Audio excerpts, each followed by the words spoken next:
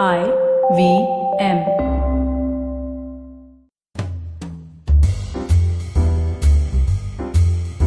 Welcome to Absolutely Right. I'm your host Aditi Surana. I'm recording this episode in the midst of a cyclone alert. Can you believe this? Something this city of Bombay has never imagined in the last 100 years.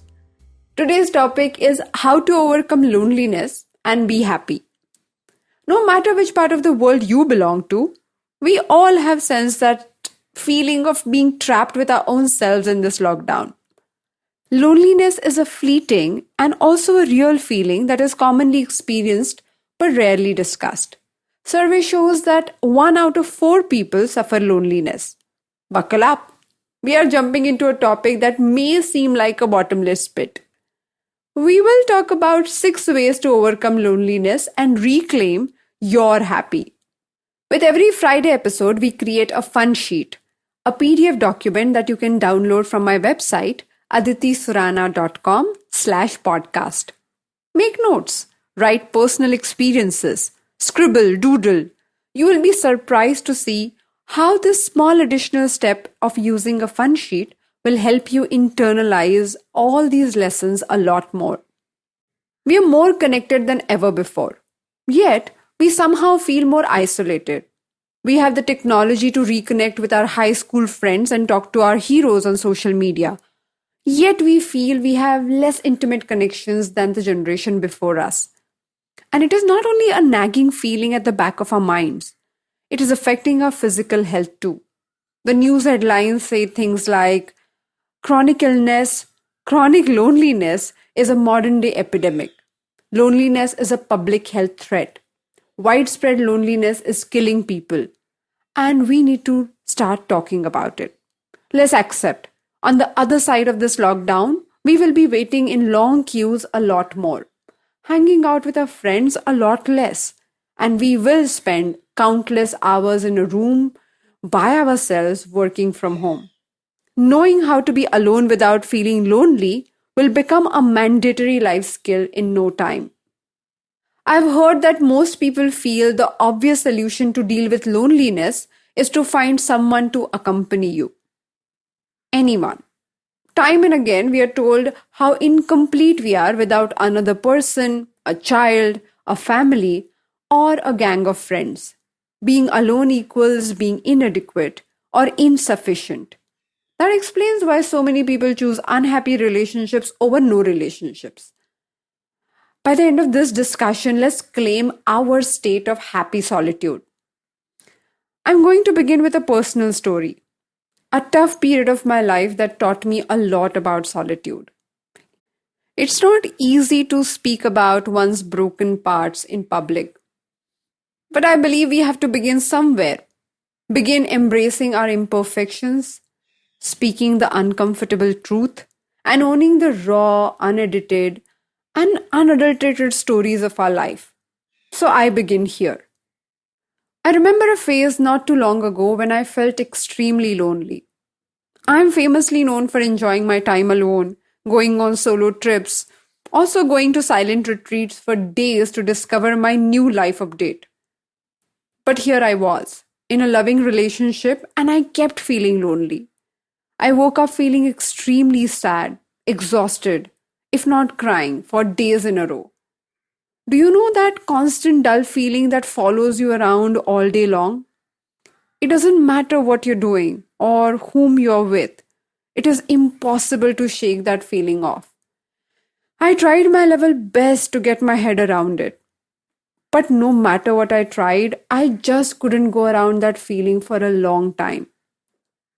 I felt miserable, unhappy, and cranky throughout the day. I was very close to a breakdown. One morning, however, I woke up with clarity, and a penny dropped. I knew the way to deal with this overwhelming loneliness is not to go around it, but to go through it. The father of analytical psychology, Carl Jung, said, loneliness does not come from having no people around you, but from being unable to communicate things that seem important to you, or from holding certain views that others find inadmissible or unacceptable. In the rigmarole of doing my duties towards a romantic future, I didn't realize when I stopped communicating things that mattered to me. I look at painful and difficult moments as spaces to reboot my life. I knew this situation demanded a reboot. I decided to move out of Bombay for 1 year to a remote place where I did not know anyone. I needed some time to pause, review, and restart. I chose Hyderabad. It wasn't easy to set a new temporary home, move my entire work online, cook, and more importantly, be alone the entire day. It was my self quarantine training much before this corona lockdown. Like many of you, I got a chance to connect with myself. I'm going to discuss 6 ways to deal with loneliness, lessons that I learned in my personal lockdown period. Pay attention. This is a powerful tool. Pay attention to whatever you're doing. Be fully involved with it. Your thoughts of the past and worries of the future will engulf you. You can't stop it. Just get your attention back to the activity at hand. I picked up a daily activity of cooking. It needed a lot of attention, and I know one thing about myself. No matter how low I feel, I can't live without good food. I tricked myself into it. A poet and philosopher David Whyte wrote, "The technology and social structure limit our conversations to human interactions. Historically, we interacted with the blue of the sky, red in the sunset, movements of the leaves on the tree outside our windows. We feel lonely because we have forgotten all these connections with the sky, nature, and birds." He suggested that we go for a 20 minutes long walk alone without a phone or a music device, and then start paying attention to our connection with things that surround us. Create an environment. This could be a tough stage. We all love our comfort zones and we are creatures of our habits, even when these habits are not helping us. We are tempted to fall back. Creating an environment is like setting the stage or entering the big boss house. For a stipulated period of time, there is no turning back. For me, that period was 1 year. In spite of being an Indian woman in her 30s, I had never cooked in my life. I hired a help who cleaned the house but didn't hire a cook. I deleted all food delivery apps from my phone. I now had to cook. I also started plating my food and making pictures for my mom, who, like all other Indian mothers, was perpetually worried if I had eaten or not. Third point, don't beat yourself up. Most people who feel lonely keep finding faults in themselves and others. Have you heard of your single friends say things like, "I'm going to die alone"? Scientifically, it's more like, "I'm going to die if I'm alone." They keep comparing their life situation with other people who look happier in their relationship. They tend to become self-critical, self-sabotaging. For me, I knew it wasn't easy for me to live all by myself. I had never done that before. I remember the day my stuff arrived from Bombay, I didn't know where to begin. I moved all my unopened boxes physically and some unresolved issues mentally in one corner of my house.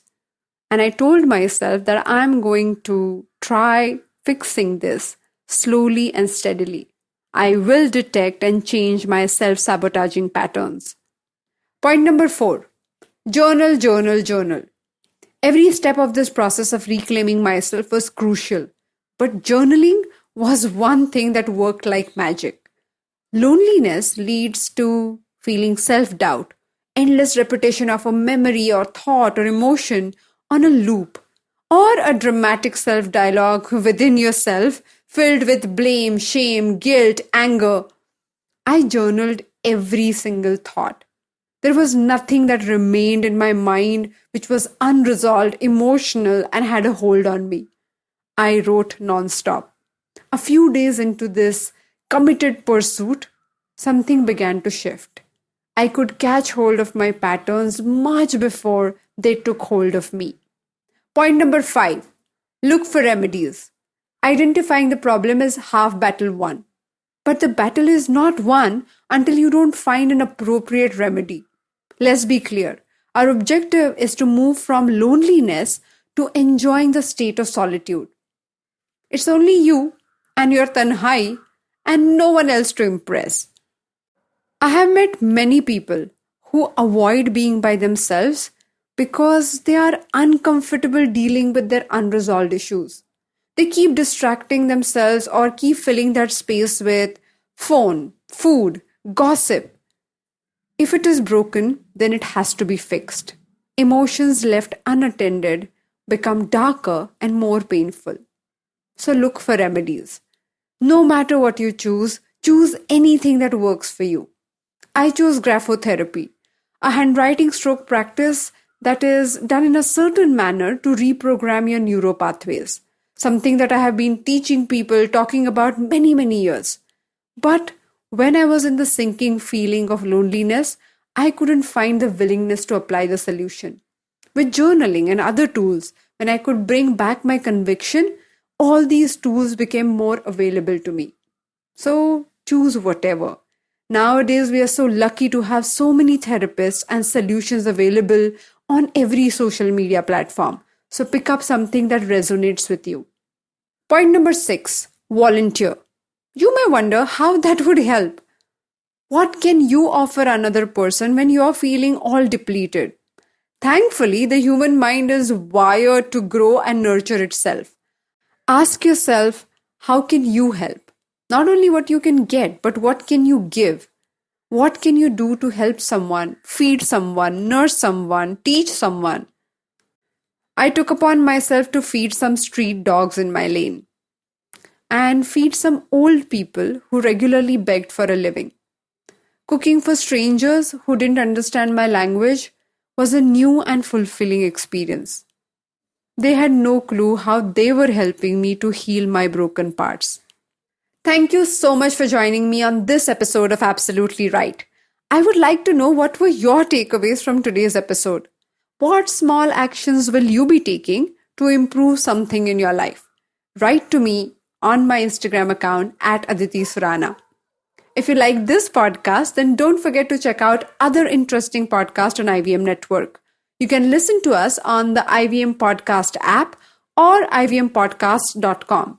You can also follow us on our social media handle. We are at IVM Podcast on Twitter and Instagram. Next week, I will be interviewing Shifa Maitra, a former journalist, a filmmaker, a producer, and the host of Smile India podcast on IVM Network.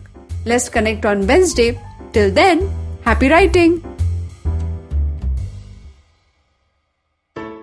I hope you enjoyed that show. We'd like to thank our sponsors this week, Paytm Money. If you aren't following us on social media, please do. We're IVM Podcast on Twitter, Facebook, and Instagram. Guys, it's been a really cool week. We've had a ton of interesting stuff come out. We had an episode with Kunal Shah on Cyrus Says. We've had really stellar episodes on Pesa Vesa, Advertising is Dead, Filter Coffee Podcast, on Empowering Series, all over the place. Definitely do check it out. I'm sure you'll enjoy what's been going on this week.